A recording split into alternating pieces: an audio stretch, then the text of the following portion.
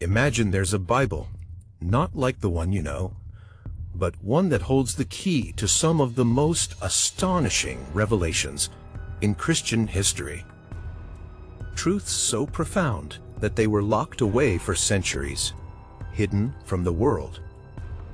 This Bible isn't the familiar one with 66 books that you find in most Christian traditions. No, this one contains 88 books, including texts that were banned, suppressed, and deemed too dangerous by early Christian leaders. But why? What if I told you that within these banned books are secrets about fallen angels, the Nephilim, and prophecies that describe the end of the world in ways you've never heard before? What if these books revealed hidden knowledge of the cosmic battle between good and evil, details of heavenly hierarchies, and the role of angels and demons in shaping the fate of humanity? Today, we are going to uncover the hidden books of the Ethiopian Orthodox Bible. A Bible that contains books filled with mysteries that have been lost to most of the Christian world for centuries.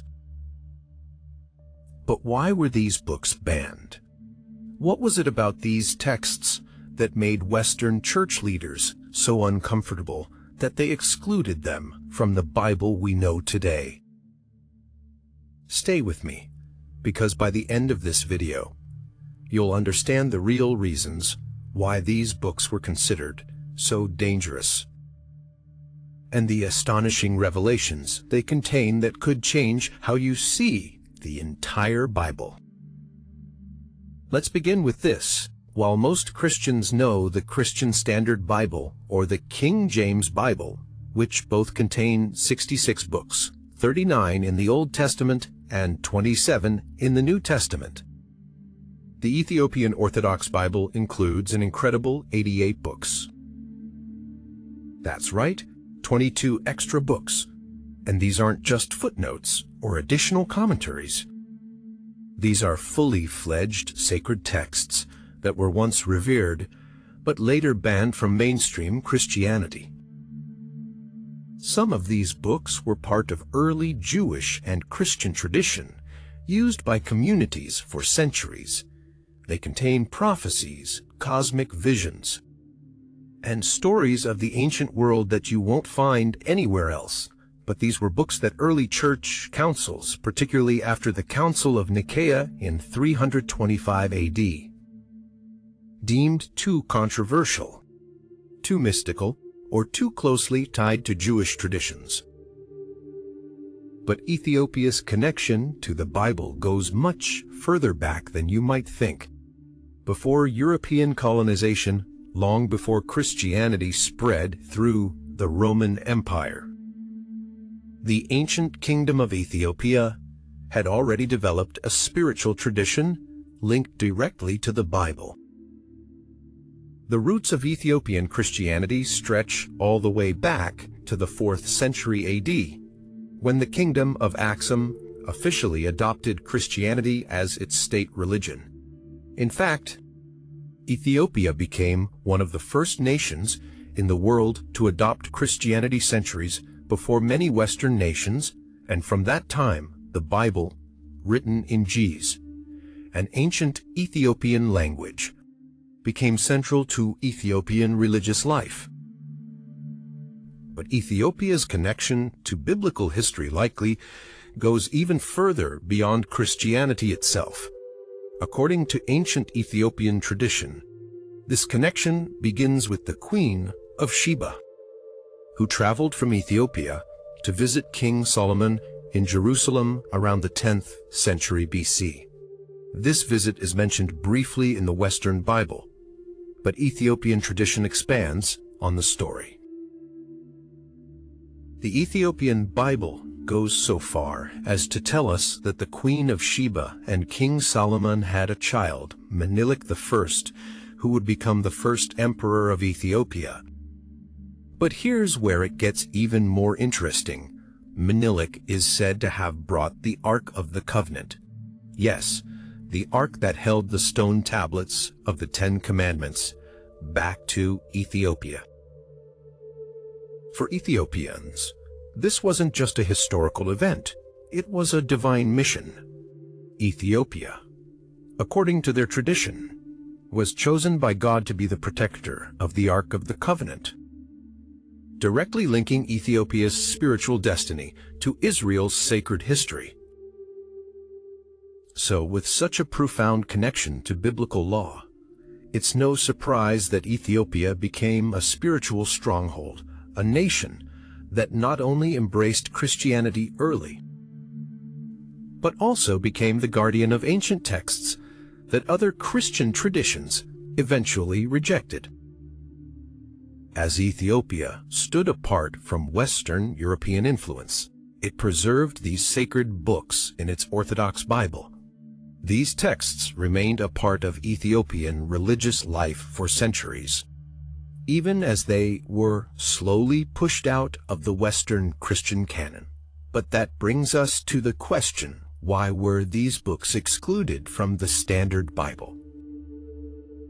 The reasons are as complex as they are fascinating. Some of these books were banned because they contain ideas that were seen as too mystical or too speculative. Books like the Book of Enoch described celestial beings, fallen angels, and the Nephilim, mysterious giant beings that were the offspring of humans and angels. These apocalyptic visions delve into the secrets of heaven and hell, the origins of sin, and God's final judgment, which was seen as too dangerous for the early church to endorse. Others were banned because they stayed too close to Judaism. Books like Jubilees and Maccabees emphasized the strict observance of Jewish laws, such as the Sabbath, dietary practices, and circumcision. At a time when the early Christian church was trying to distinguish itself from Judaism, these texts were seen as a threat to the new identity that Christianity was building. Finally, some of these books were seen as a threat to orthodoxy, to the unified doctrine that the early church was trying to establish. The church leaders feared that including these books might lead to diverse interpretations of theology, particularly regarding the role of angels, the afterlife, and God's divine judgment. Allowing these books to remain in the canon could have opened the door to heresy or division within the early church. But there's more. During the colonial era, when European powers, particularly Italy, sought to dominate Ethiopia, the Ethiopian Orthodox Bible itself became a target. It was viewed as a spiritual threat to European control. The Bible's unique content, which tied Ethiopia spiritually to Israel and early Christianity, symbolized resistance to European religious and cultural dominance. By marginalizing Ethiopia's Orthodox Bible, colonial forces sought to suppress Ethiopian religious independence and enforce Western religious views. This is Deep Bible Stories. Don't forget to like this video, subscribe, and share it with anyone who's ready to dive deep into the Bible's hidden secrets. To understand why the Ethiopian Orthodox Bible includes so many books that were excluded from the standard Christian Bible, we first need to explore Ethiopia's unique place in biblical and Christian history. Let's begin in the 4th century AD, a time when much of the world had yet to fully embrace Christianity. In the midst of this, the kingdom of Aksum, a powerful civilization located in what is now modern-day Ethiopia, became one of the first nations in the world to officially adopt Christianity as its state religion. This moment solidified Ethiopia's identity as a Christian nation and made it one of the oldest continuously Christian countries on earth. But how did this come to be? According to ancient Ethiopian history, The spread of Christianity into Ethiopia was not a result of European missionaries, as many might assume. Instead, the Ethiopian Orthodox Church traces its roots back to the Apostle Philip and the conversion of the Ethiopian eunuch as recorded in Acts 8, verses 26-40. This Ethiopian court official, baptized by Philip, brought the Christian faith back to Ethiopia, marking the beginning of the Ethiopian Christian tradition. Within a few centuries, this small movement became the state religion of the powerful kingdom of Aksum. It was through the Coptic Church of Alexandria that Christianity formerly took root in Ethiopia, leading to the translation of the Bible into Ge'ez, the ancient Ethiopian language. And as Christianity spread throughout the Aksumite kingdom, it wasn't just the 66 books that were included in their Bible. Ethiopia's unique history meant that it had access to a wide range of Jewish and early Christian texts. This early adoption of Christianity also helped Ethiopia maintain its spiritual independence from the rest of the Christian world. As the Roman Empire and the Western Church worked to solidify a single biblical canon, Ethiopia remained on the periphery of these debates, free to preserve its ancient traditions and texts. As a result, the Ethiopian Orthodox Bible contains not only the familiar books of the Old and New Testaments, but also additional texts that offer profound insights into early Jewish and Christian theology.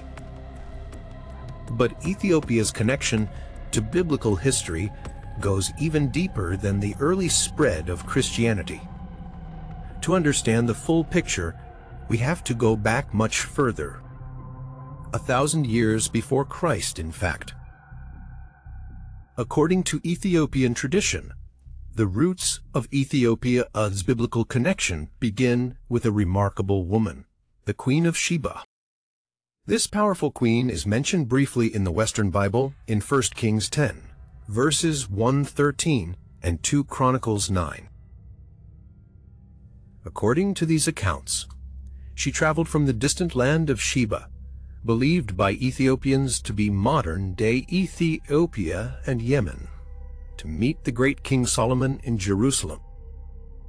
But while the Western Bible gives us only a glimpse of her visit, the Ethiopian Bible tells a much richer story. According to the Kebra-Nagast, an ancient Ethiopian text that forms a cornerstone of Ethiopia's national and spiritual identity, the Queen of Sheba, known in Ethiopia as Makeda, and King Solomon had a child together, Menelik, who would go on to become the first emperor of Ethiopia. What makes this story even more extraordinary is the claim that when Menelik grew older, he visited his father Solomon in Jerusalem. Upon his return to Ethiopia, he is said to have brought with him one of the most important artifacts in all of biblical history, the Ark of the Covenant. That's right. According to Ethiopian tradition, the Ark of the Covenant, the sacred chest that held the stone tablets of the Ten Commandments, has been kept in Ethiopia for centuries. This deep and enduring connection to Israel's sacred history has shaped Ethiopian Christianity in profound ways. For Ethiopians, the Ark of the Covenant represents a divine mission that links Ethiopia directly to God's chosen people, Israel. Ethiopia sees itself not as a peripheral nation, but as a central player in God's plan for the world, a nation that was chosen to protect the Ark and preserve the ancient truths of the Bible. While Western Christianity was busy shaping and narrowing the biblical canon, Ethiopia was safeguarding the full breadth of early Christian and Jewish texts. And because of Ethiopia's relative isolation from Europe it was able to resist the pressures to conform to the Council of Nicaea's decisions regarding the canon.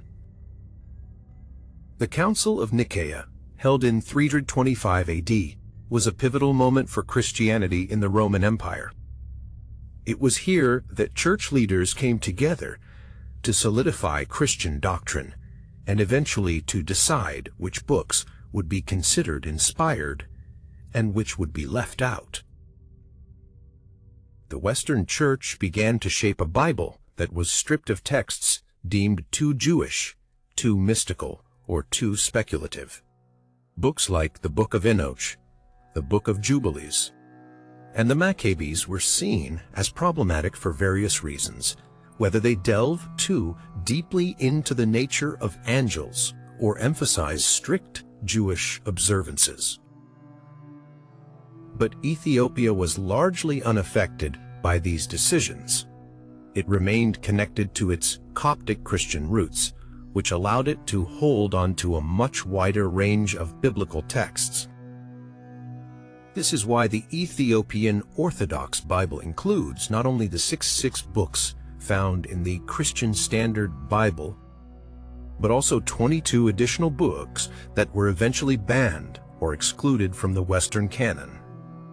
Ethiopia became a spiritual stronghold, a place where ancient traditions could be preserved without the influence of Western European doctrines.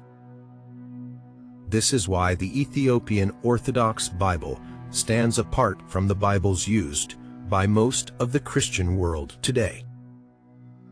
It is a living testament to a Christian tradition that has remained rooted in the early days of the faith, untouched by many of the theological debates and political struggles that shaped the Western Bible. The fact that the Ethiopian Orthodox Bible still includes these banned and excluded texts is not just an interesting historical quirk. It's a reminder that there were once many different interpretations of what should be included in the Bible, and that many of the texts that were discarded by the Western Church still have profound spiritual significance. For instance, the Book of Enoch offers a vivid description of fallen angels, their interactions with humanity, and their eventual judgment. It is a text that influenced early Christian thought about the nature of evil and the end times. Meanwhile, the Book of Jubilees provides a Jewish perspective on biblical history that includes new insights into the lives of the patriarchs and the importance of angelic beings in guiding humanity. These texts offer us a glimpse into a lost part of Christian history, a time when theology was still being formed and the boundaries of orthodoxy were still being debated. For Ethiopia, these books were never banned. They have always been a part of its religious life and have been treated with the same reverence as the more familiar texts of the Old and New Testaments. So why exactly were these books banned? What was it about these sacred texts that led the Western Church to declare them unfit for the Bible? The reasons are as complex as they are fascinating, involving not just theological concerns, but also political and cultural struggles. In this section, we'll dive deep into the real reasons why these books were pushed aside by the early Christian leaders and why Ethiopia chose to keep them. One of the first reasons these books were excluded has to do with their mystical content, the deeply spiritual and often speculative nature of their teachings.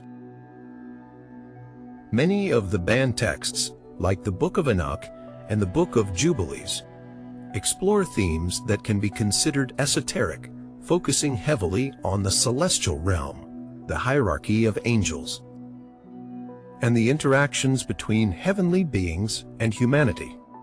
For instance, in the Book of Enoch, we find a vivid account of the Watchers, a group of fallen angels who descended to earth, interacted with humans, and ultimately led to widespread corruption through their offspring, the Nephilim. These angels not only rebelled against God, but they also imparted forbidden knowledge to humans, such as the secrets of warfare, magic, and astrology. This type of narrative is far removed from the more straightforward message of salvation that dominates the Western Bible. The Western Church, particularly after the Council of Nicaea in 325 AD, viewed these speculative teachings with suspicion. They were seen as distractions from the core tenets of the Christian faith, the life, death, and resurrection of Jesus Christ. Early Christian leaders feared that focusing too much on angels, cosmic battles, and the apocalypse would confuse believers or lead them into mystical interpretations of Scripture, diverting attention away from the message of salvation. This emphasis on speculative theology led the Western Church to exclude books like the Book of Enoch, which was once widely read by early Christian communities, particularly among the Essenes, a Jewish sect that many scholars believe influenced early Christian thought. While books like Enoch offered detailed insights into the spiritual realms and the fall of angels, the Roman Catholic and Eastern Orthodox churches eventually decided that these books offered too much speculation on the unseen world. In contrast, Ethiopia viewed these texts not as distractions, but as integral parts of understanding the spiritual battle between good and evil. Ethiopian Christianity embraced the mystical elements of these texts, understanding that they shed light on the heavenly realm and the mysterious workings of God's creation. Another significant reason many of these books were banned is because of their close ties to Jewish traditions. Books like the Book of Jubilees and the Maccabees emphasize strict adherence to Jewish laws, such as the Sabbath, circumcision, and dietary practices. These books were written in a time when Judaism was not yet fully separated from what would become Christianity, and they reflect a worldview that places great importance on following the Mosaic Law. For example, the Book of Jubilees, also known as Little Genesis, presents a retelling of biblical history from creation to the giving of the law at Mount Sinai. But it goes further than the familiar stories found in Genesis and Exodus. Jubilees insists on the importance of Jewish festivals, the Sabbath, and ritual purity in ways that make it clear that these laws are to be followed eternally. It also introduces a solar calendar, a 364-day year that it claimed was the original system God set for the Jewish people, in contrast to the lunar calendar adopted later. As early Christianity developed, it sought to distance itself from Judaism. The early Christian movement wanted to open itself up to Gentiles, and this meant moving away from strict observance of Jewish customs and laws. The Apostle Paul himself argued for the freedom from the law, preaching that salvation came through faith in Christ, rather than through adherence to the Mosaic Law. As the Western Church took shape, books that emphasized Jewish laws like Jubilees and Maccabees were seen as unnecessary relics of the past. Ethiopia, however, retained a much closer connection to Judaism. The Ethiopian Orthodox Church traces its lineage back to King Solomon through Menelik I, the son of Solomon, and the Queen of Sheba. Because of this, Ethiopia's Christian tradition has always been deeply rooted in Jewish practices, and it sees no need to distance itself from them. As a result, these texts remained part of the Ethiopian Orthodox Bible, providing Ethiopians with a rich tradition that embraces both Old Testament law and Christian salvation. In fact, the Maccabees are particularly revered in Ethiopia. While Western Christianity largely relegated these texts to the apocryphal section, Ethiopia continued to use them as important reminders of Jewish resistance, faithfulness to God's law, and divine intervention in the face of persecution. The Maccabees were celebrated as heroes who defended the Jewish faith from being wiped out by foreign rulers, and their story remains deeply inspirational to Ethiopian Christians today. Another major reason these books were banned is that they were seen as a threat to Christian orthodoxy. The early church was in a period of transition and consolidation, and it was vital to establish a unified doctrine that could hold the faith together. As Christianity spread across the Roman Empire, different sects and interpretations began to arise, some of which were seen as heretical by the emerging Orthodox Church. Many of the books included in the Ethiopian Orthodox Bible present alternative theological views that the Western Church feared could confuse or divide the early Christian communities. For example, some of these texts offer different interpretations of the afterlife, divine judgment, and the role of angels. The Book of Enoch, for example, goes into great detail about the Watchers, the fallen angels, and the Nephilim, concepts that were seen as too speculative for the emerging Christian doctrine. The early church leaders wanted to ensure that the focus remained on Christ's message of salvation, not on what they saw as cosmic speculation about angels and heavenly realms. The goal was to create a unified faith that would be consistent across all Christian communities, and that meant excluding texts that offered alternative narratives or placed too much emphasis on the unseen spiritual world. This is why the Council of Nicaea and later church councils were so important. They helped solidify a Christian canon that was intended to guide believers toward a clear understanding of Christ's role in salvation history. But in doing so, they excluded books that explored the spiritual mysteries of the universe, focusing instead on the more immediate teachings of the gospel. Ethiopia, however, did not see these books as a threat to orthodoxy. In fact, the Ethiopian church believed that these texts deepened the understanding of God's cosmic plan, revealing insights into the angelic realm, the judgment of fallen angels, and the end times. For Ethiopia, these books were never meant to be speculative distractions, but were seen as complementary to the teachings of the New Testament, offering a fuller picture of the cosmic struggle between good and evil. Lastly, we can't overlook the role that colonialism played in marginalizing the Ethiopian Orthodox Bible. During the colonial era, particularly during Italy's invasion of Ethiopia in the late 19th and early 20th centuries, the Ethiopian Orthodox Church and its sacred texts were seen as barriers to European dominance. For European colonial powers, Ethiopia's spiritual independence and its connection to ancient Christian traditions represented a form of resistance. Ethiopia was not a passive colony waiting to be civilized by European missionaries. It was a Christian nation with its own unique and ancient tradition that predated much of Europe's Christian history.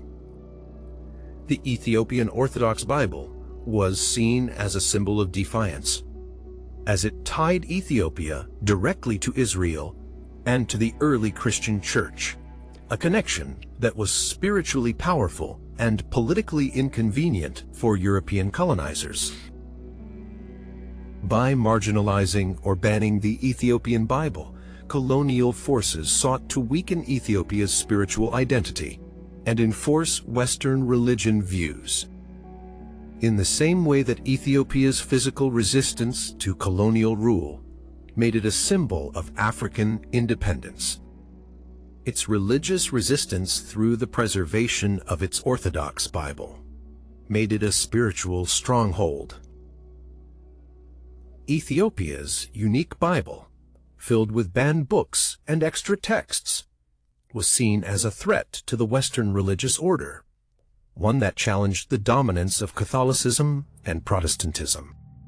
Do you think colonial forces were threatened by the spiritual independence of Ethiopia? Share your thoughts on how this played a role in the suppression of the Ethiopian Orthodox Bible. Now that we've explored why these books were banned, it's time to dive into the secrets these books hold. Each of the texts within the Ethiopian Orthodox Bible offers profound revelations about spiritual realms, ancient history, and God's divine plan. Let's take a deeper look at these banned books and what they reveal about the unseen world prophecies and even the end of days. You'll see why Ethiopia preserved them and why they're more important now than ever. Perhaps the most famous of the banned books, the Book of Enoch, takes us deep into the cosmic order and the heavenly realms. But this is not a simple vision of angels and demons. This book gives us a detailed look at the rebellion of angels, their interactions with humans, and their eventual judgment. The first section of Enoch, known as the Book of Watchers, begins with a startling revelation. 200 angels, known as the Watchers, were sent by God to watch over humanity. However, they fell from grace when they became infatuated with human women. These angels, led by Semjaza, defied God's command and descended to earth, where they took human wives and produced the Nephilim, a race of giants described as violent, corrupt, and destructive. What makes this story so powerful is that these fallen angels didn't just break God's laws, they also imparted forbidden knowledge to humanity. They taught humans the secrets of warfare, sorcery, cosmetics, and astrology, all seen as corruptions of God's natural order. This knowledge passed down by the fallen angels caused chaos on earth, and the Nephilim, the violent offspring of angels and humans, contributed to the moral decay of the world. Their violence and wickedness was so great that God decided to send the great flood to cleanse the earth of their influence. But before the flood, God sent the archangels Michael, Gabriel, Raphael, and Uriel to intervene, their task to capture the rebellious watchers and bind them in the abyss, where they would remain until the day of judgment. These watchers, along with their offspring, were seen as so corrupt that God wiped them from the face of the earth. But their legacy continues to haunt humanity. Would you like us to do an entire video diving deeper into the Book of Enoch and the rebellion of the angels? Let us know in the comments. In another section of Enoch, known as the Book of Parables, we get a glimpse into the apocalyptic visions of Enoch, where he foretells the coming of a messianic figure called the Son of Man. This figure is portrayed as a divine judge who will execute judgment over both humans and angels. What's fascinating is how closely this Son of Man resembles Jesus Christ, who is referred to by the same title in the New Testament. Enoch's vision speaks of a final judgment where the wicked, including the fallen angels, are cast into a fiery abyss, while the righteous inherit eternal life. This section of Enoch paints a vivid picture of the cosmic battle between good and evil, where the angels, demons, and humans all face their final judgment before the throne of God.